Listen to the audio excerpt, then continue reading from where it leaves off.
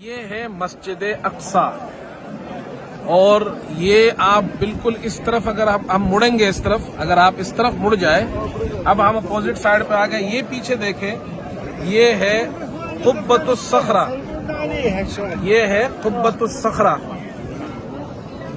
اور یہ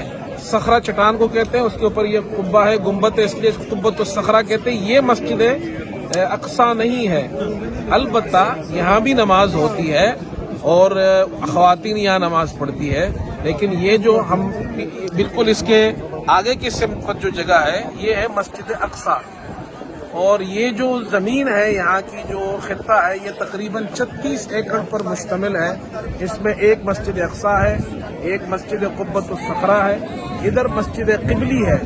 جو کچھ سالوں پہلے دریافت ہوئی ہے۔ مسجد اقصی کے بالکل نیچے یہاں پر یہ پرانی قدیم مسجد یہاں پر ہے،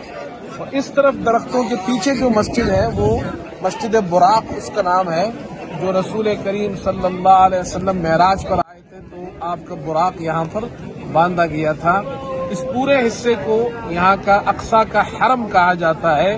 اور یہ اس شہر کے بالکل وسط میں واقع ہے۔ بہت خوبصورت جگہ ہے، مسلمانوں نے نماز پڑھی یہاں پر، ہم سب نے نماز پڑھی یہاں پر، اور نماز کے بعد یہ سارے عرب حضرات یہاں بیٹھ جاتے ہیں، مرد بھی آتے ہیں، خواتین بھی آتی ہے۔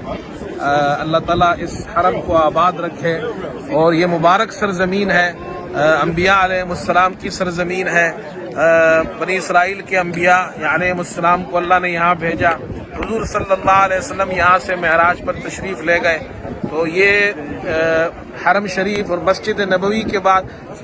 مسلمانوں کے لیے سب سے جو بڑی مقدس جگہ ہے، وہ تیسری بڑی مقدس مسجد وہ یہاں کی مسجد ہے۔